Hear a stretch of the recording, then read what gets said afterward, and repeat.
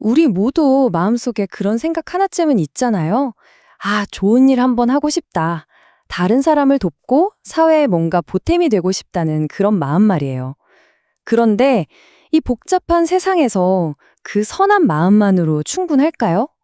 어떻게 해야 내 선한 의도가 진짜 효과적인 도움으로 이어질 수 있을까요? 네, 바로 이 질문이 오늘 우리가 풀어볼 이야기의 핵심입니다. 그냥 돕는 게 아니라 제대로 잘 돕는 방법 말이죠. 사실 이 방법이 시대에 따라서 계속 변해왔거든요. 자, 그럼 그 변화의 여정을 저와 함께 한번 따라가 보시죠. 오랫동안 정답은 거의 하나였어요. 바로 사회복지행정이라는 방식이었죠. 이게 뭐냐면 수십 년간 좋은 일을 하는 거의 유일한 뭐랄까 공식 같은 거였습니다. 정부가 위에서 자, 이렇게 하세요 하고 정책을 딱 정해주면 현장에서는 그냥 그 매뉴얼대로 착실하게 따르기만 하면 되는 거죠. 바로 이 옛날 방식이 오늘 이야기의 출발점입니다. 옛날엔 이랬는데 지금은 왜 달라졌을까 하는 그 이야기요. 자, 그럼 먼저 그 옛날 방식, 전통적인 규칙부터 한번 살펴볼게요. 왜냐면 이걸 알아야 아, 그래서 바뀔 수밖에 없었구나 하는 게 확 와닿거든요. 이 사회복지행정의 키워드를 딱 두 개만 꼽으라면 바로 집행, 그리고 절차입니다. 정부가 시키는 대로 정해진 순서대로 일을 처리하는 게 제일 중요했던 거예요. 결과가 어떻든 일단 정해진 규칙을 잘 지켰는지가 더 중요했던 거죠.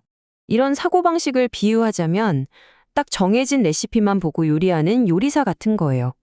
레시피에 적힌 대로 재료 넣고 순서 지키고 이게 중요한 거지 이걸 먹는 손님 입맛이 어떤지 더 맛있게 만들 새로운 방법은 없는지 이런 건 크게 신경 안 쓰는 거죠. 한마디로 혁신보다는 안정, 창의성보다는 규정 준수가 최고였던 시절입니다. 그런데 말이죠, 세상이 가만히 있질 않잖아요?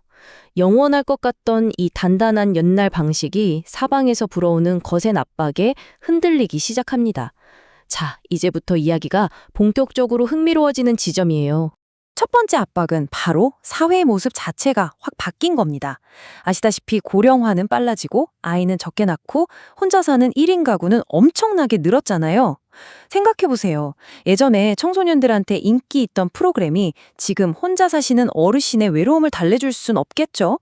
그러니까 예전처럼 단순히 먹고 사는 문제만이 아니라 이젠 마음의 문제, 관계의 문제 같은 훨씬 더 복잡하고 섬세한 문제들이 막 생겨난 거예요. 예전에 그 만능 레시피 하나로는 도저히 해결할 수 없는 새로운 문제들이요. 두 번째 압박은 아주 현실적입니다. 바로 돈 문제예요. 도와줘야 할 곳은 점점 늘어나는데 나라 돈 한정돼 있잖아요. 그러니까 이제 성과를 따지기 시작한 거죠.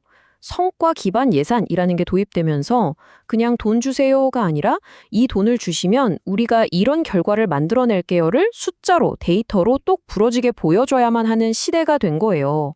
한 푼을 쓰더라도 그래서 뭐가 달라졌는데 이걸 증명해야 하는 거죠. 세 번째는 바로 저와 여러분, 우리 시민들의 목소리도 커진 겁니다. 내가 낸 세금, 내가 낸 후원금이 도대체 어디에 어떻게 쓰이는지 궁금해진 거죠. 그래서 그 돈으로 뭘 했는데요? 사람들의 삶이 진짜 나아졌나요? 하고 묻기 시작한 거예요. 그냥 좋은 일 합니다 라는 말만으로는 부족해진 거죠. 구체적으로 어떤 긍정적인 영향, 즉 임팩트를 만들어냈는지 보여달라는 요구가 아주 강해졌습니다. 그리고 마지막 압박, 바로 경쟁의 시대가 시작됐다는 겁니다.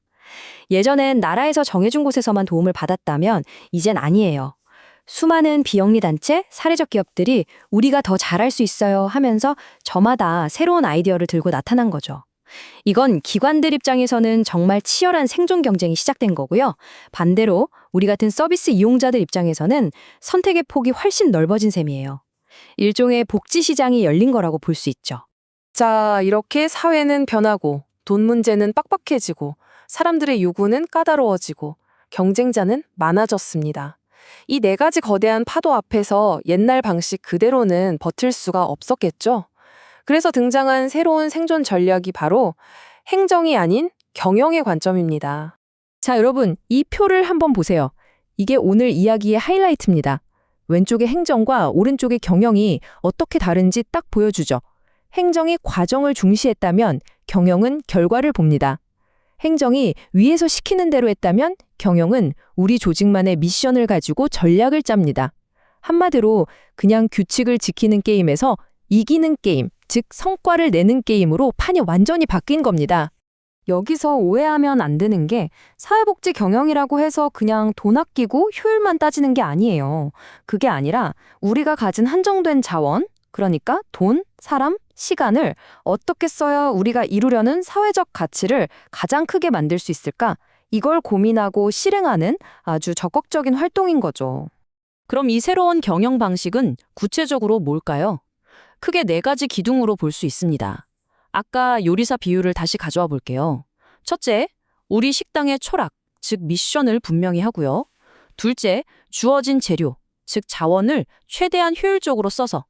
셋째, 최고의 맛, 즉 성과를 내고 사람들에게 인정받는 거죠. 그리고 마지막으로 넷째, 이 식당이 망하지 않고 계속해서 좋은 요리를 내놓을 수 있는 지속 가능성을 확보하는 겁니다. 어때요? 이해가 좀 더 쉽죠? 자, 이렇게 경영이라는 멋진 새 도구를 장착했습니다. 그럼 이제 모든 문제가 해결됐을까요? 아쉽게도 그렇지가 않아요. 게임의 난이도는 계속해서 올라가고 있거든요.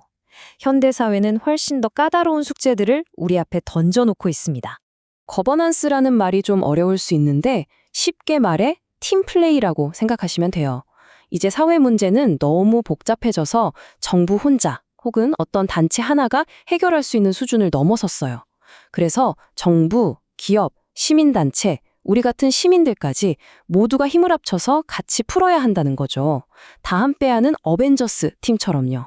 그래서 요즘 사회복지 분야 리더들은 정말 머리가 아픕니다. 매일매일 이런 고민들을 안고 살죠. 아, 우리 미션도 지켜야 하는데 돈은 어디서 벌지? 후원자들은 이걸 원하고 이용자들은 저걸 원하는데 어떡하지? 요즘 애들은 다 스마트폰만 보는데 우리도 뭔가 디지털 기술을 활용해야 하지 않을까? 그리고 예전엔 상상도 못했던 고독이나 디지털 중독 같은 새로운 문제들까지. 정말 쉴 틈이 없겠죠? 오늘 나눈 모든 이야기를 이 한 문장으로 정리할 수 있을 것 같습니다. 좋은 일을 하는 것만으로는 부족하다. 그 일을 잘 해야만 한다. 이제는 그저 착한 마음만으로는 충분하지 않은 시대입니다. 그 마음을 진짜 결과로 만들어낼 수 있는 전문성 그리고 전략이 필요한 거죠. 결국 이 질문이 우리 모두에게 남겨진 숙제 아닐까요? 사회 문제가 계속해서 모습을 바꾸며 진화하는 것처럼 우리가 내놓는 해결책도 그에 맞춰서 계속 진화해야 한다는 것. 자, 그렇다면 다음 시대의 문제들을 풀기 위한 우리의 새로운 해법은 과연 무엇이 되어야 할까요?